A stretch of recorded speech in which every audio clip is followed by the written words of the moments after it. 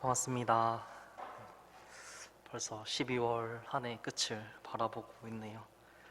이제 어느덧 저희도 창세기부터 시작했던 말씀이 이제 로마서까지 이르게 됐고, 또 지난 시간에는 이제 사도행전 말씀을 통해 사도 바울의 이제 부르심을 받는 걸 보게 되고, 또 이제 로마서 사도 바울이 이제 로마 교회에 쓰는 편지에 대해서 또 오늘 살펴볼 건데, 오늘의 제목은 이제 바이블 싱킹이라는 제목입니다. 이제 이 제목이 좀 궁금하시겠죠? 그래서 말씀을 읽고 또 이제 오늘 말씀에 대해서 전하도록 하겠습니다. 오늘 본문 말씀은 로마서 12장 1절에서 21절까지의 말씀입니다. 로마서 12장 1절에서 21절까지의 말씀인데 1절과 2절만 함께 읽도록 하겠습니다. 그러므로 형제들아, 내가 하나님의 긍휼을 힘입어 너에게 간청하노니 너희는 너희 몸을 거룩하고 하나님께서 받으실 만한 살아있는 희생물로 드리라. 그것이 너희의 합당한 섬김이니라. 너희는 이 세상에 동화되지 말고 오직 너희 생각을 새롭게 함으로 변화를 받아 하나님의 그 선하시고 받으실 만하며 완전하신 뜻이 무엇인지 입증하도록 하라. 아멘. 네, 말씀을 위해 제가 기도하도록 하겠습니다. 살아계시고 전능하신 하나님 아버지, 이 시간 하나님을 예배드리기 위해 이 자리에 모였습니다. 정말 추운 날씨 가운데, 또 한 해의 끝인 12월의 날씨 가운데 한 해를 되돌아보며 하나님께서 우리를 어떻게 지키시고 또 우리에게 부족한 점들을 어떻게 채워나가셨는지에 대해 생각하게 됩니다. 그것들을 생각하면 정말 하나님께서 우리의 삶을 통해 따뜻한 손길로 우리를 또 감싸시고 또 우리의 부족함을 채워주셨음을 알게 됩니다. 오늘 말씀을 통해서도 사도 바울이 로마 교회에 쓴 말씀을 보게 됩니다. 그리고 사도 바울과 같은 상황 속에서도 하나님께서 그 사도 바울을 쓰시고 또 부르시고 또 하나님을 이를 위해 사용하셨듯이 정말 우리 또한 내년 한 해에는 또 우리가 하나님을 어떻게 섬길지 계획하고 또 그것에 대해 하나님께 기도하며 하나님께 물으면서 또 그 뜻을 찾아 나가는 시간이 될 수 있도록 인도해 주시옵소서. 정말 우리가 생각하고 또 정말 우리가 가치를 두는 것이 정말 이 세상의 것들이 아니라, 이 세상에 동화되는 것들이 아니라 오로지 성경만을 의지하고 또 성경의 가치관을 따라 우리가 성경적인 삶을 살 수 있도록 또 한 해를 되돌아보며 또 내년을 계획할 수 있도록 인도해 주시옵소서. 이 시간 주님의 종이 쓰임을 받습니다. 정말 부족함이 많지만 정말 하나님의 능력을 힘입어 이 시간 말씀을 전할 수 있도록 인도해 주시옵소서. 예수님의 이름으로 기도드립니다. 아멘. 네, 자리에 앉으시겠습니다.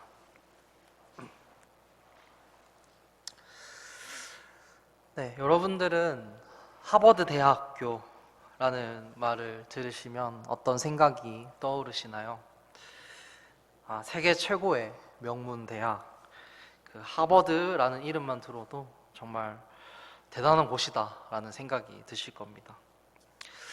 이곳에 입학하는 것만으로도 이제 정말 세계 최고의 교육을 받을 수 있는 그런 권한을 얻게 되고, 이제 우리나라에서도 정말 이제 수능도 지난달에 치르게 됐었죠. 치르게 되면서 이 서울대에 들어갔다라는 이 말을 듣는 것만으로도 이제 모든 사람들의 기대와 또 모든 사람들의 와, 정말 대단하다라는 생각이 들 정도인데, 이 하버드를 들어갔다라는 거는 조금 믿기지가 않을 정도로 정말 대단한 사람처럼 우리가 보게 됩니다. 그렇게 우리는 궁금해해요. 이제 수능을 치기 전에도 궁금해하잖아요. 우리 아이들을 어떻게 서울대에 보낼 수 있을 것인지. 이제 수많은 사람들이 최근에 또 연예인 이제 가족의 어떤 이제 어머님 한 분은 자기 자식의 사교육을 위해 자녀가 3명인데 이제 사교육비를 800만 원을 지출한다고 얘기를 하더라고요. 그래서 보면서 그렇게 이제 자녀를 위해 투자를 할 정도로 이제 자녀가 좋은 대학에 가기를 원하고 또 좋은 직장을 얻기를 원하는 게 이제 많은 부모님들의 마음일 것입니다. 그렇기에 우리들은 궁금해해요. 서울대를 어떻게 들어갈지, 또 하버드를 또 어떻게 들어갈 수 있을지, 또 하버드 대학생들은 어떤 교육을 받고 또 어떤 생각을 가지고 또 어떤 생활을 해나가는지 우리가 궁금해합니다. 제가 대학교 3학년 때도 이제 학교 도서관에서 하버드 새벽 4시 30분이라는 제목의 책을 읽은 적이 있습니다. 이제 하버드 도서관의 새벽 4시 30분은 여전히 불이 환하게 켜져 있고, 그리고 그곳에 공부하는 학생들이 자리마다 가득 차 있고, 그 하버드생들이 그 새벽을 깨운다라는 그런 내용의 책들이었는데, 이제 그런 소재가 이슈가 되니까 그런 소재로 한 이제 다큐멘터리도 그때 제가 볼 수가 있었습니다. 이제 그 이후로도 하버드 글쓰기, 또 하버드 철학 수업, 하버드 인생 수업, 하버드의 마지막 강의, 이런 제목의 책들이 무수하게 쏟아져 나오면서 또 베스트셀러가 되기도 하고, 서점에 찾아가면 흔하게 볼 수가 있었죠. 그리고 또 제가 또 한동안 이제 하버드 그 4시 30분이라는 책을 보고, 도대체 이 하버드라는 곳은 어떤 곳일까 좀 궁금해서 이제 여러 서적들을 또 이렇게 사서 읽어보기도 했었습니다. 그리고 또 한 번쯤은 내가 저 하버드 도서관에 또 한번 앉아서 공부해보면 좋겠다, 나중에 여행을 가게 되면 또 그런 꿈을 가지고 이제 버킷리스트를 삼기도 했었죠. 또 최근에 제가 서점에 가니까 또 이 하버드 관련된 책이 또 한 권 있었습니다. 바로 하버드 싱킹이라는 제목의 책이었습니다. 이 제목 밑에는 이제 작은 글씨로 이렇게 쓰여져 있어요. 하버드에 가지 않고 하버드 상위 1%의 마인드를 가질 수 있는 방법. 이제 정말 그 책을 안 사게 못할 정도로 참 사고 싶게 만드는 문구가 이렇게 적혀 있었습니다. 그래서 그 책이 하는 말은 이제 한마디로 이거예요. 하버드 대학생들은 하버드 대학에서 얻게 되는 그 지식들을 말이나 글로 표현을 할 때 내가 가진 상황에 맞춰서 하버드 그 지식들을 표현하게 된다라고 얘기를 하면서, 가장 중요한 것은 내가 어디서 공부하고 있는 것이 아니라 무엇을 얼마나 또 어떻게 공부를 하고 있는가가 중요하다, 이렇게 얘기를 하고 있습니다. 근데 이 말을 읽어보니까 이미 저 또한 그거를 하고 있었다는 것을 알게 됐습니다. 특히 학생부 때 분방 공부를 통해서 많이 했습니다. 바로 큐티책이라는 것을 통해서 말이죠.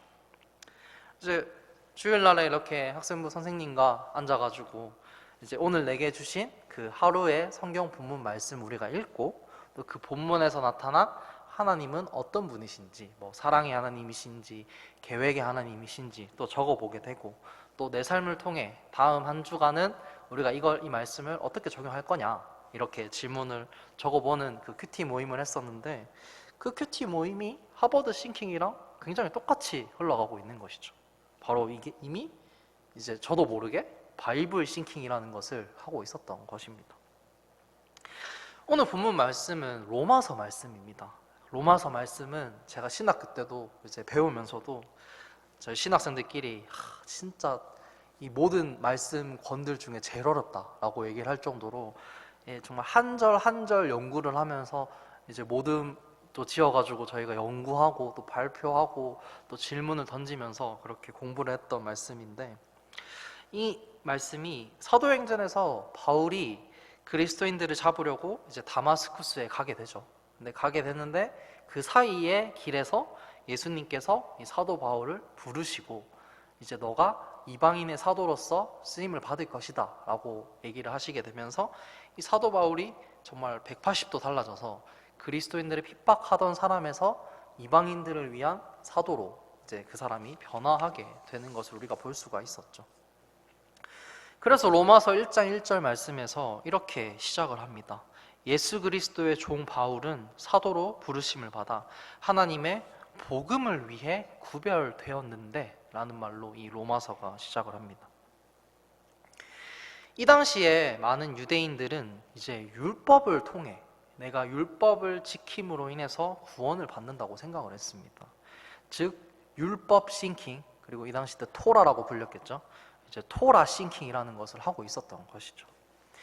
근데 바울이 어느 날 등장을 해요. 그리스도인을 핍박하던 바울이 등장을 해서 이 율법을 믿고 있는 유대인들과 많은 사람들에게 율법이 아니라 우리가 믿음으로 구원을 받는다라는 선언을 하게 됩니다.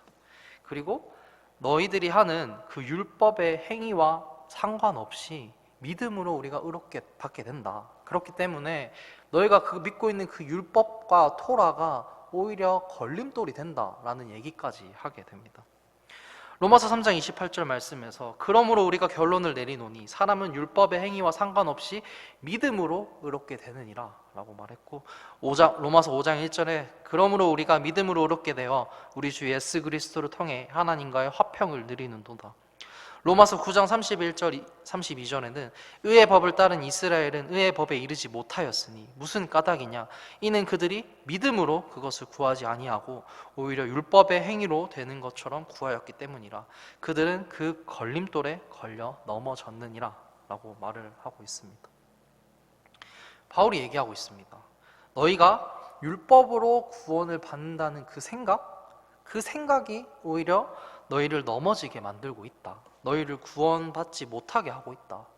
예수님께서는 오로지 예수 그리스도에 대한 믿음을 통해서만 구원을 받는다고 말씀을 하셨다. 율법을 보지 말고 살아 계신 예수님을 봐라. 이렇게 말을 하고 있는 것입니다. 그리고 이 말씀을 통해 유대인들에게 말을 전하고, 또 오늘 본문 말씀인 12장에서 바울이 로마 교회 사람들에게 간청을 하게 돼요. 로마서 12장 1절 2절 오늘 말씀 우리가 읽었던 말씀인데, 그러므로 형제들아 내가 하나님의 긍휼을 힘입어 너희에게 간청하노니 너희는 너희 몸을 거룩하고 하나님께서 받으실 만한 살아있는 희생물로 드리라. 그것이 너희의 합당한 섬김이니라. 너희는 이 세상을 동화되지 말고 오직 너희 생각을 새롭게 함으로 변화를 받아 하나님의 그 선하시고 받으실 만하며 완전하신 뜻이 무엇인지 입증하도록 하라. 이렇게 사도 바울이 로마 교회 사람들에게 말을 하고 있습니다. 일단 12장 1절에서 바울은 너희 몸을 거룩하게 해라 라고 첫 번째 행동을 얘기하고, 두 번째로는 하나님께서 받으실 만한 살아있는 희생물로 드리라 라고 두 번째 행동을 얘기를 합니다. 그리고 이 두 가지 행동이 무엇이냐면 이것이 너희의 합당한 섬김이다 라고 얘기를 하게 되는 것이죠. 우리도 교회를 다니면서 섬김에 대해 되게 궁금해하고 또 어떻게 하나님을 섬길지 궁금해합니다. 오늘 본문 말씀을 통해 섬김이 뭐냐? 다른 사람들이 이렇게 질문을 하면 내 몸을 거룩하게 하고 하나님께 드리는 것이 섬김이라는 것이다 라고 여러분들이 말씀하실 수 있게 될 것입니다. 하나님을 잘 섬기고 싶다, 또 하나님을 섬기는 법을 모르겠다 하시는 분들은 이 말씀처럼 내 몸을 거룩하게 하고 그리고 하나님께 나의 삶을 드리면 되는 것입니다. 그리고 12장 2절에서 바울은 첫 번째로 이 세상에 동화되지 말라고 말을 했습니다. 그리고 두 번째로 너희 생각을 새롭게 함으로 변화를 받으라고 얘기를 했고, 그리고 마지막으로 하나님의 그 선하시고 받으실 만하며 완전하신 뜻이 무엇인지 입증을 하라라고 말을 했습니다. 그래서 오늘 본문 말씀 2절을 통해서는 하나님의 뜻이 뭐냐라고 묻는 사람들에게 첫 번째로 세상에 동화되지 않는 것이 하나님의 뜻이고, 두 번째로는 생각을 새롭게 하는 것이 하나님의 뜻이고, 세 번째로는 그 뜻을 입증하는 것이 하나님의 뜻이다라고 우리가 얘기할 수 있게 되는 것입니다. 이쯤 되면 이런 질문을 하시는 분이 생길 것입니다. 에이, 뭐 그건 다 아는 거 아닙니까? 하나님 잘 섬기고 뭐 거룩하게 하고 하나님 뜻대로 사는 거 다 우리가 알고 있는 얘기입니다. 그거 뭐 이제 하버드 싱킹이라는 것처럼 뭐 성경대로 생각하고 하는 것처럼 바이블 싱킹 하라고 말씀하시는 거죠? 에이, 뭐 말씀 잘 읽고 말씀대로 살고 또 그게 좀 살면서 쉽지가 않지 않습니까? 살다 보면 이 말씀대로 생각하는 게 쉽지가 않습니다. 적용하는 게 힘들어요. 이렇게 말씀하실 수가 있습니다. 그런 분들을 위해서 바울이 이 12장 뒤에서 그 섬김과 하나님의 뜻을 어떻게 구체적으로 내 삶에 적용을 할 것인지에 대해 설명을 하게 됩니다. 바로 여기서 말하는 사도 바울의 두 가지 바이블 싱킹이 나타나게 되는 것이죠. 첫 번째 사도 바울이 얘기하는 바이블 싱킹, 즉 성경적인 생각은 뭐냐면, 첫 번째로 우리는 하나님의 영적인 선물을 생각해야 한다고 바울은 말하고 있습니다. 12장 3절부터 8절까지의 말씀이 바울이 하나님께서 주신 다른 선물들에 대해 얘기를 하게 됩니다. 이제 12장 3절을 보시면, 내게 주신 은혜를 힘입어 너희 가운데 있는 각 사람에게 내가 말하노니 각 사람은 자기가 마땅히 생각할 것보다 더 높이 자기에 대하여 생각하지 말고 하나님께서 각 사람에게 믿음의 분량을 나누어 주신 대로 맑은 정신으로 생각하라. 그리고 12장 6절 말씀에, 그런즉 우리에게 주신 은혜에 따라 우리가 다른 선물들을 가지고 있으니 대언이면 우리가 믿음의 분량대로 대언하고 라고 적혀 있습니다. 바울은 우리는 각자 다른 선물들을 가지고 있는 사람들입니다 라고 얘기를 합니다. 그래서 우리가 첫 번째로 생각해야 하는 건, 하나님은 과연 나에게는 어떤 선물을 주셨을까에 대해서 우리가 생각해 봐야 한다는 것입니다. 바울이 그 뒤에 친절히 그 선물에 대한 예시를 얘기를 해줍니다. 12장 6절에서 8절까지가 그 예시들인데, 첫 번째로는 대언하는 것, 두 번째로는 사역, 세 번째는 가르치는 자, 네 번째는 권면하고, 다섯 번째는 다른 이들에게 주는 사람, 그리고 여섯 번째는 다스리는 자, 일곱 번째는 긍휼을 베푸는 자. 이런 하나님께서 주신 그 은사들의 예시를 우리에게 로마서 말씀을 통해 설명하고 있습니다. 여기서 나오는 이 다른 선물들이라는 말은 이제 은혜의 선물, 즉 우리가 은사라고 말을 많이 하는 말인데, 이 은사에 보면은, 이 은사를 살펴보면 이 성경에 이 은사에 두 가지 특징이 있습니다. 첫 번째로 로마서 12장 3절 말씀을 보시면, 더 높이 자기에 대하여 생각하지 말고 라고 적혀 있습니다. 은사의 첫 번째 특징은, 은사는 높게 생각하면 안 된다는 것입니다. 내가 좀 더 잘 가르친다고, 내가 뭔가 교회 사람들을 잘 다스리고 더 많은 것을 준다고 해서 그것을 자랑하고 그것을 뽐내면 안 된다는 것입니다. 근데 우리가 이거는 교회에서 많이 듣다 보니까 잘 해요. 보통 이렇게 우리가 뭐 교회에서 겸손해야 하고, 우리가 항상 뭔가 이렇게 뽐내기보다 양보해야 하고 하는 것들을 많이 듣다 보니까, 우리가 이 은사의 첫 번째 특징, 즉 높게 생각하지 않는 것은 우리가 좀 그래도 좀 잘하는 경향이 있습니다. 근데 이 두 번째 특징을 우리가 좀 잘 못하는 경향이 있어요. 두 번째 특징은 고린도전서 12장 7절에 나오는데, 고린도전서 12장 7절의 말씀에 각 사람에게 성령의 나타나심을 주신 것은 그것으로 말미암아 모두가 유익을 얻게 하려 하심이라 라고 적혀 있습니다. 은사의 두 번째 특징은 나에게만 유익한 게 아니라는 것입니다. 하나님께서 우리에게 은사를 주신 이유는 나에게만 유익하라고 주신 것이 아닙니다.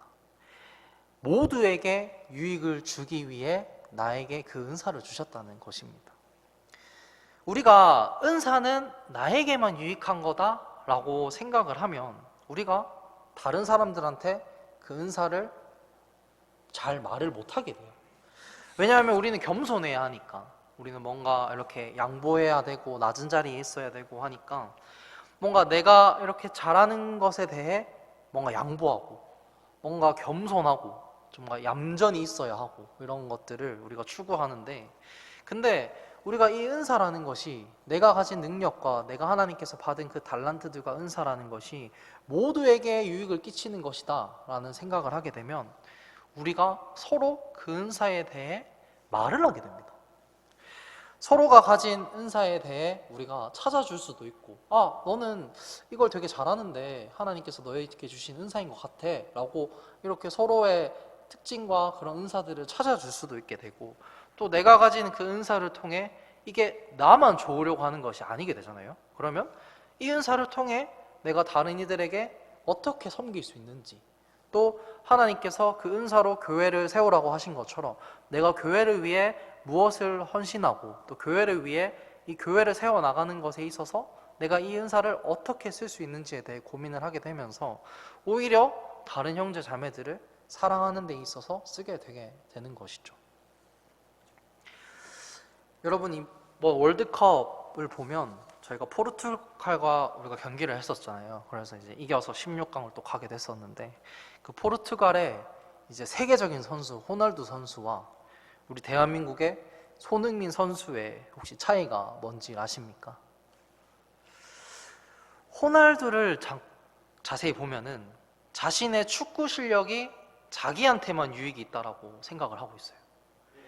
그러니까 이제 호날두가 이번에 논란이 됐던 게 자신이 속한 그 팀에 대해 이제 팀 수준이 낮다, 이제 팀이 자기보다 못한다, 이런 욕도 막 자기 팀이 속한 팀을 욕도 하고, 또 자신이 팀 포르투갈 선수들에 대해서 막 불만을 얘기하고, 또 같은 소속 팀들과 또 싸우기도 하고 막 이렇게 돼서 굉장히 논란이 됐었습니다.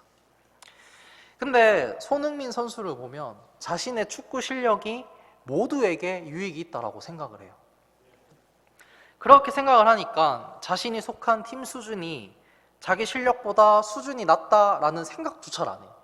그런 생각조차를 안 하고, 또 자기가 골을 넣으면 내가 잘해서 넣었다 이런 얘기를 할 수도 있는 건데, 내가 잘한 게 아니라 우리 팀원들이 패스를 잘해줘서, 우리 팀원들이 경기를 잘해줘서 내가 그 소중한 한 골을 넣을 수 있게 된 거다, 이렇게 인터뷰를 하면 항상 그렇게 얘기를 해요. 그래서 경기에서 지게 되더라도 우리 팀이 잘못했다라고 얘기를 하는 게 아니라, 우리 팀은 잘했는데, 우리 한국 선수들은 잘 뛰었는데 내가 조금 부족해서 이 경기를 지게 된 것 같다, 주장으로서 부족했다, 이렇게 인터뷰를 하게 됩니다.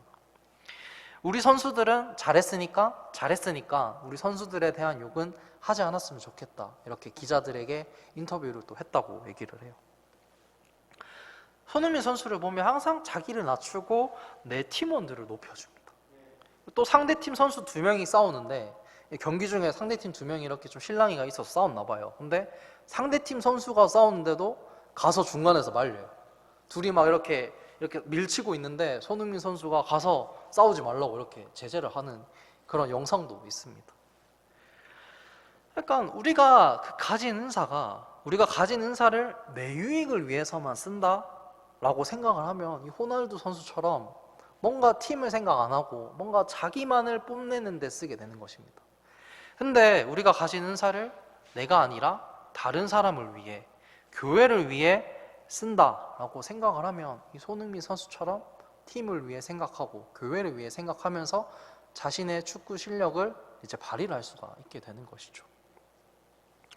바울이 로마 교회에서 이 호날두 같은 사람들을 본 것입니다. 호날두 같이 자기가 막 율법을 잘 가르치고 또 헌금을 많이 하고 교회에 헌신하는 것을 뭔가 자기 자랑처럼 생각하고 영향력 있는 사람인 것처럼 말하고, 이런 사람들을 보면서 그런 사람들에게 너희가 받은 하나님의 은사가 너희를 높이는 데 쓰는 것이 아니다, 그렇게 생각하지 말고 너희들의 은사를 높게 생각하지 말라고 말을 하고 있는 것입니다. 그리고 손흥민 선수가 팀을 생각하듯이 그 은사를 다른 이들의 유익을 위해, 교회 구성원들과 다른 형제자매들의 유익을 위해서 너희가 그 은사를 써야 한다라고 얘기를 하고 있는 것이죠. 그리고 고린도전서 12장 31절 말씀에서 오직 가장 좋은 선물들을 간절히 사모하라. 그럼에도 내가 너희에게 더욱 뛰어난 길을 보이노라. 하나님께서도 우리에게 은사들을 간절히 사모하라 라고 말씀을 하십니다. 그냥 사모하라고 한 게 아니라 간절히 사모해야 된다라고 말씀을 하신 것이죠. 나를 높이는 은사가 아니라 다른 사람들을 높이는 그 은사를 사모하라고 말씀을 하신 것입니다.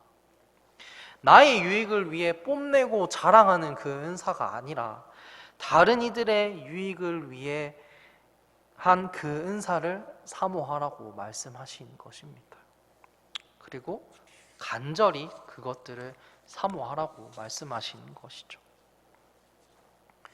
성도 여러분, 우리는 은사를 사랑해야 합니다.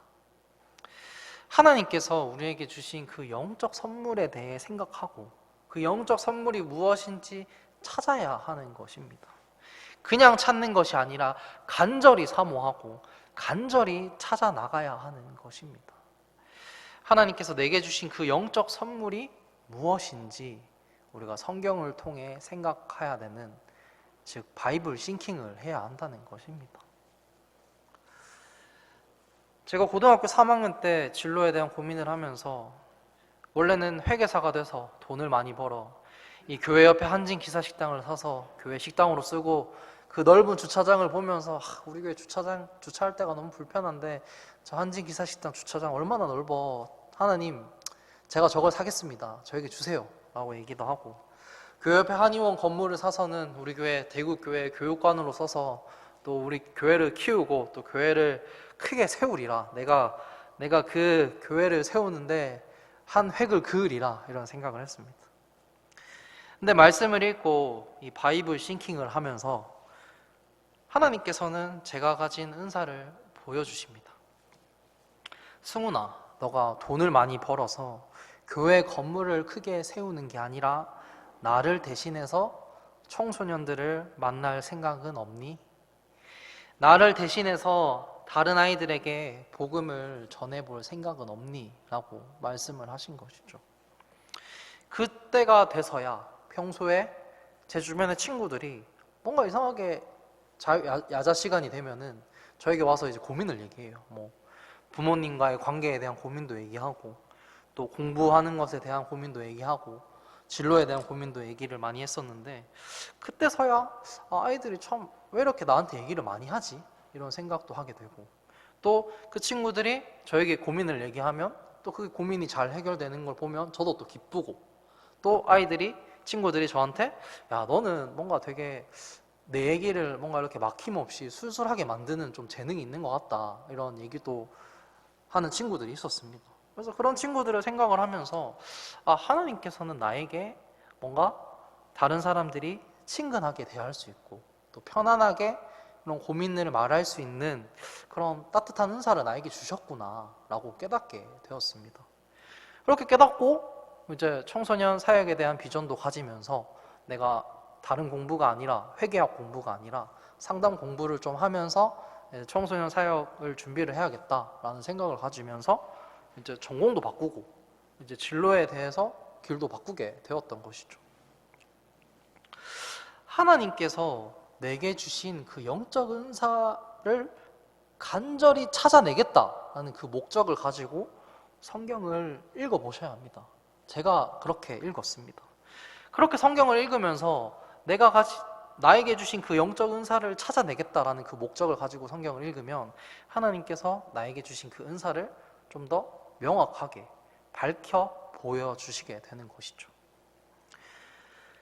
하버드생들이 지금 하버드 싱킹을 한다고 얘기를 했잖아요. 하버드대생들은 그래봤자 사람이 만든 학문을 공부하는 사람들입니다. 그래봤자 사람이 쓴 책을 공부하게 되는 것이죠. 여러분, 우리는 무엇을 공부하는 사람입니까? 우리는 하나님께서 만드신 하나님께서 쓰신 이 성경을 공부하는 사람들입니다. 걔네들이 하버드생들이 막 얘기를 해요. 야, 우리 뭐 박사학위 논문 가진 교수님한테 박사학위 논문도 있고 뭐 노벨상 상탄 교수님, 그런 박사에 있는 교수님들 밑에서 공부하는 사람들이다. 이렇게 막 우리 교수님이 이렇게 얘기를 했다, 세계적으로 인정을 받는다라고 주장을 하면서 막 가슴을 이렇게 펴고 얘기를 하겠죠. 그럼 우리는 뭐 박사학위, 뭐 노벨상 이런 거 다 필요 없습니다. 야, 박사, 뭐 노벨상, 야, 우리 교수님은 우주를 만드신 분입니다. 이렇게 얘기를 해야 돼, 우리가. 야, 네 몸에 있는 그 심장 1분에 뭐 60번, 80번 뛰게 만드는 거, 야, 우리 하나님이시다. 날 가르친 우리 교수님이 하나님이시다. 이렇게 자랑을 해야 되고, 야, 사계절의 변화, 지금 봄, 여름, 가을, 겨울의 변화, 시간의 변화, 잎이 지고 떨어지는 거 다 우리 교수님이 만드신 거다. 이렇게 자랑을 해야 되는 것입니다, 우리가. 이 세상에서 제일 많이 팔린 논문, 제일 많이 팔린 책, 우리 교수님, 우리 하나님 교수님이 쓰신 거다. 야, 까불지 마. 이래야 돼요, 우리가. 하버드생들이 막 자기 막 교수님 자랑하고 내가 뭐 어떤 학문을 공부하고 어떤 어려운 학문을 공부하고 이런 얘기들 자랑하면은 우리는 딱 얘기를 들으면 야, 우리 교수님이 어떤 분이신지 알아? 이렇게 자랑을 해야 되는 것입니다. 바울도 그렇게 얘기를 했어요. 바울도 똑같이 얘기하는 거예요. 바울이 누구 밑에서 공부했어요? 이 시대, 이 유대 사회의 하버드, 그 하버드에서 최고의 교수인 그 가말리엘 교수라는 밑에서 그 율법을 공부를 했는데 나는 하나님의 사도다라고 얘기를 합니다. 나는 로마서 1장 1절 말씀을 통해 나는 복음을 위해 구별된 사람이다 라고 세상 사람들에게 얘기를 합니다. 덤비지 말고 까불지 마라 얘기하는 거예요. 자신 있게 자기가 어떤 사람인지, 내가 하나님을 만나고 예수님을 만나고 어떻게 변화된 사람인지를 다른 이들에게 얘기하고 선언하고 있는 것입니다. 그런 바울을 통해 하나님께서 우리에게 말씀하시는 겁니다. 말씀을 통해 하나님께서 내게 주신 은사가 무엇인지 봐야 하고, 또 내가 어떻게 다른 사람들에게 유익을 줄 수가 있는지 고민해야 하고, 교회를 세워나가는데 내가 어떤 역할을 할 수 있는 사람인지, 나에게 주신 하나님의 은사는 무엇인지 우리가 그 성경적인 생각, 즉 바이블 싱킹을 하라고 바울은 우리에게 말하고 있는 것입니다. 두 번째로 바울은 말합니다. 두 번째, 우리는 그리스도인의 생활을 싱킹해야 한다고 말하고 있습니다. 12장 9절부터 21절까지 바울은 그리스도인의 생활에 대해 말하고 있습니다. 12장 9절 말씀 첫 번째 말씀에 사랑에 꾸밈이 없게 하라 라고 말을 시작합니다. 제가 오늘 체크리스트를 드렸죠. 그리스도인의 생활 체크리스트. 이제 로마서 이 12장 9절부터 21절까지의 말씀에 있는 내용들을 제가 OX로 물음을 만들어서 드렸습니다. 올 한 해를 되돌아보시면서 한번 생각을 해보셨으면 좋겠어요. 사랑을 꾸밈없게 하고 있는가? OX. 악한 것을 몹시 싫어하고 내가 선한 것을 붙들고 있는 사람인가? OX 해볼 수 있고, 형제 자매에게 친절하게 애정을 가지고 존중하고 있는가? 일을 열심히 하고 있는가? 영이 뜨겁게 주를 섬기고 있는가? 소망 중에 기뻐하고 있는가? 환난 중에 인내하고 있는가? 늘 절박하게 기도하고 있는가? 이 질문에 제가 좀 찔림이 많았었습니다. 성도들의 필요에 따라 나누어 주고 있는가? 손님들을 대접하고 있는가? 핍박하는 자들을 축복하고 있는가? 기뻐하는 자들과 기뻐하고 슬퍼하는 자들과 슬퍼하고 있는가? 낮은 처지의 사람들에게 겸손히 행하고 있는가? 스스로 지혜 있는 것으로 여기지 않고 있는가? 악을 악으로 갚지 않고 있는가? 모든 사람의 눈앞에서 정직한 일을 하고 있는가? 모든 사람과 화평하게 지내고 있는가? 원수에 대한 진노를 하나님께 맡기고 있는가? 오히려 그 원수들의 필요를 채우고 있는가? 악에게 지지 않고 선으로 악을 이겨나가고 있는가? 이 20가지의 질문입니다. 우리는 두 번째로 그리스도인이 어떤 생활을 해야 하는지에 대해 생각을 해야 된다고 바울이 말을 하고 있습니다. 이 체크리스트를 체크를 하시면서 내가 어떤 점이 좀 부족한지, 이게 그리스도인이 보내는 생활인데 나의 생활에 있어서는 어떤 점들이 좀 부족하고 내가 X를 치는 항목들은 어떤 항목들인지 보게 되실 것입니다. 그것들을 보게 되시면서 그리스도인의 생활에 대해서 생각을 하셔야 된다는 거예요. 그리고 내가 지금 있는 위치에서 나의 생활이 어떤지 한번 돌아보셔야 된다는 것입니다.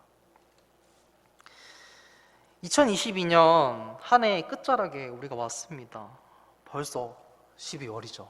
참 시간이 빨리 흘러가는 것 같습니다.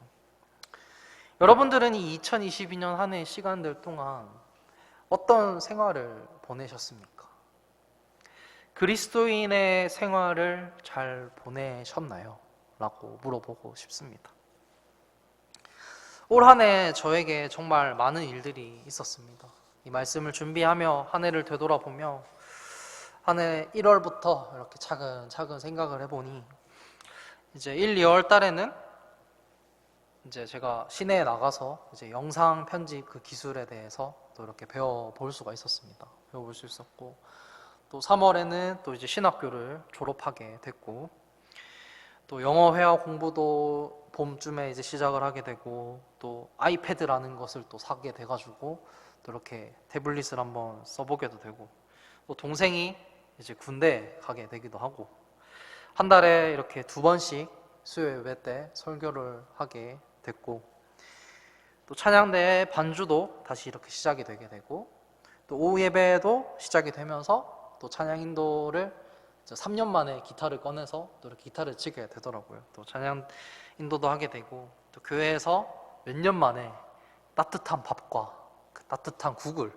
또 이렇게 먹게 되고, 그리고 또 연말쯤 돼서는 이제 이태원에 있는 많은 청년들이 사고로 죽게 되는 그 뉴스를 접하면서 다 저의 또래들이니까 하나님께서 내게 주신 이 남은 인생의 시간들을 내가 어떻게 써야 할지에 대해 고민들을 하게 되고, 또 내 하루하루를 되돌아보며 하나님께서 나에게 주신 이 하루를 내가 지금 잘 쓰고 있는 건가? 라는 생각을, 깊은 고민을 하게도 했었습니다. 그리고 또 올해 이번 달에는 대한민국 축구 선수들이 월드컵을 통해 끝까지 포기하지 않고, 끝까지 포기하지 않는 마음, 꺾이지 않는 마음, 이 말이 요즘에 유행이에요. 인터넷에서. 꺾이지 않는 그 마음을 바탕으로 16강에 올라가서는 그 역사를 우리가 또 보게 되었습니다. 참, 한 해를 이렇게 1월 달부터 차근차근 되돌아보면 내 삶에 정말 많은 일들이 일어나요. 여러분들도 생각을 하시면 정말 많은 일들이 일어나는 것을 우리가 알 수가 있습니다.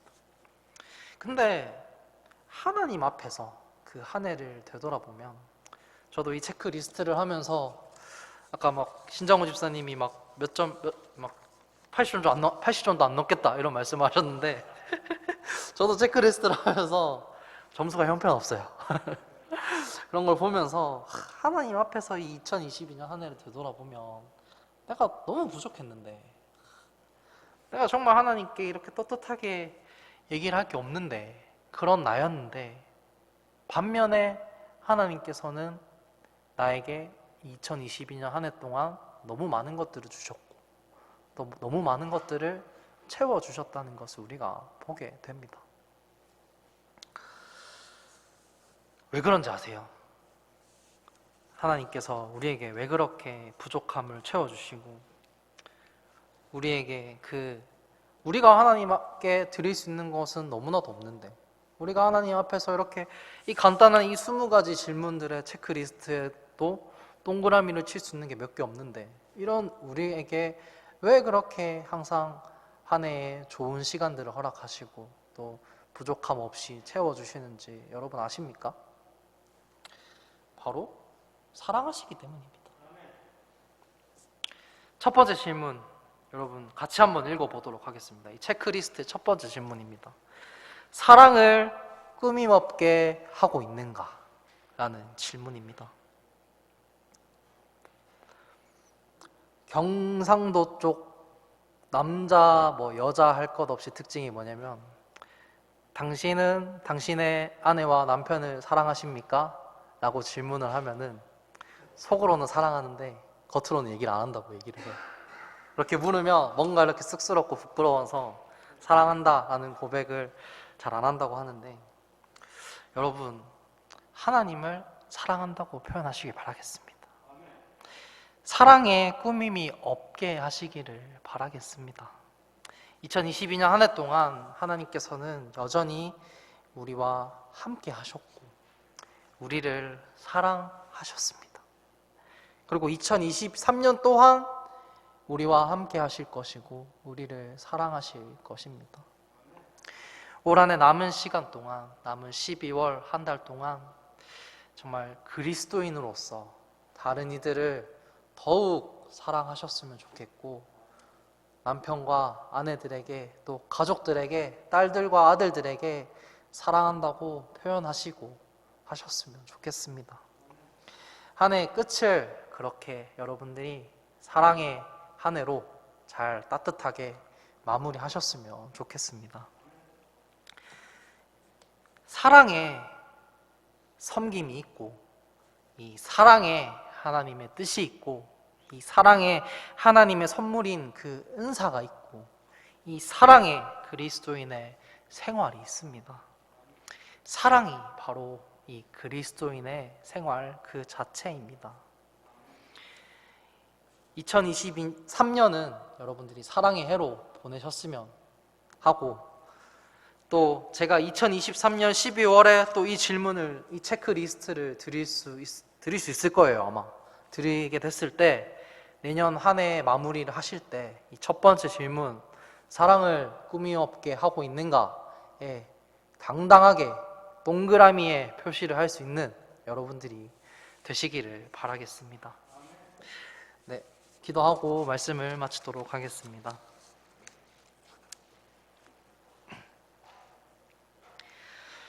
사랑의 하나님 아버지, 정말 우리가 너무나도 부족함이 많고 또 죄인으로서 살아가고 있었던 우리를 또 예수 그리스도의 사랑으로, 또 예수 그리스도의 십자가로 우리를 그 죄인으로부터 벗어나게 하시고 또 하나님의 자녀가 되는 그 권한을 주심에 감사드립니다. 주님, 우리가 2022년 한 해를 되돌아보면 정말 하나님 앞에 부족한 점도 많고 정말 그리스도인으로서 잘 생활하지 못했음을 깨닫게 됩니다.